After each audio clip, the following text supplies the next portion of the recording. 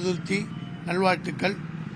Chennai D நகர் அருகில் உள்ள CID நகர் canal bank ரோடிலிருந்து D நகர் பாலா இந்த இடத்திலிருந்து பேசுகிறார்.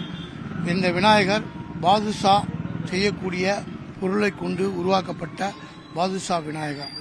இது சுமார் 250 கிலோ பொருள் கொண்டு உருவாக்கப்பட்டது. கடந்த 5 தினங்களாக 5 பேர் கொண்ட குழுவால் உருவாக்கப்பட்டுள்ளது.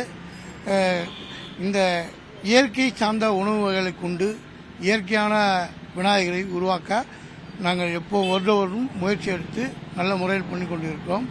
கடந்த ஆண்டு மைசூர் பாக்கால் உருவாக்கப்பட்ட விநாயகரை இதே இடத்தில் வைத்திருந்தோம். இந்த ஆண்டு பாதுஷா விநாயகரை இந்த இடத்தில் வைத்திருக்கிறோம். கடலில் வாழும் உயிரினங்கள் உணவுகளை ரசாயனம் இல்லாமல் அரசாங்கம் பலமுறை எச்சரித்தும் இந்த ரசாயனம் கலந்த விநாயகரை வைத்து மாசு ஏற்படாத வகையில் இந்த இயற்கை விநாயகர் உருவாக்கப்பட்டுள்ளது. இது சுமார் 9 அடிங்க. இது உருவாக்க 1,60,000 ரூபாய் இருக்கு. இது இன்னைக்கு 7ஆம் தேதிங்க. 15ஆம் தேதி வரைக்கும் போலீஸ் அனுமதி கொடுத்துருக்காங்க. 14, 15 கழிச்சிருவாங்க. விநாயகர் சதுர்த்தியானது இன்றைய தினம் கொண்டாடப்பட்டு வருகிறது. நாடு முழுவதுமே மிக கோலாகலமாக கொண்டாடப்பட்டு வரக்கூடிய நிலையிலும் நாம் சிறு வயது முதல் மண்களால் ஆன பிள்ளையார்களே கொண்டாடி வருவோம். ஆனால் காலப்போக்கில் பல்வேறு மாற்றங்களுக்கு மத்தியில் தற்போது ரசாயனம் கலந்த பொருட்களை வைத்து பிள்ளையார் செய்யாமல் பல்வேறு உணவுப் பொருட்களை கொண்டு விநாயகரானது செய்யப்பட்டிருக்கிறது.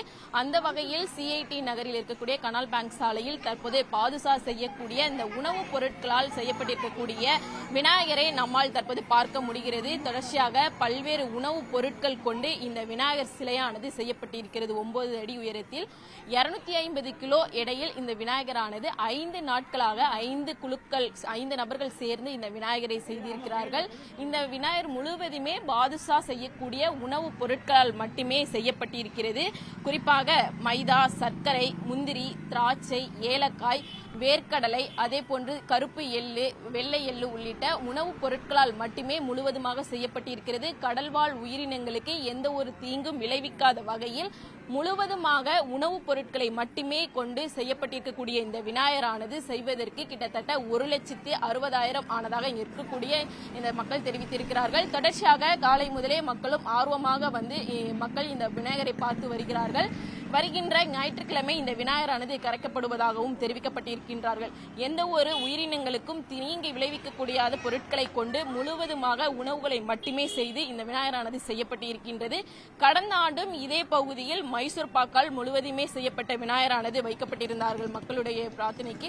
தொடர்ந்து ஒவ்வொரு ஆண்டுமே இது போன்று பல்வேறு உணவுப் பொருட்களை கொண்டு வித்தியாசமான முறையில் இந்த விநாயகரானது ஒவ்வொரு ஆண்டுமே செய்யப்பட்டு வருகிறது.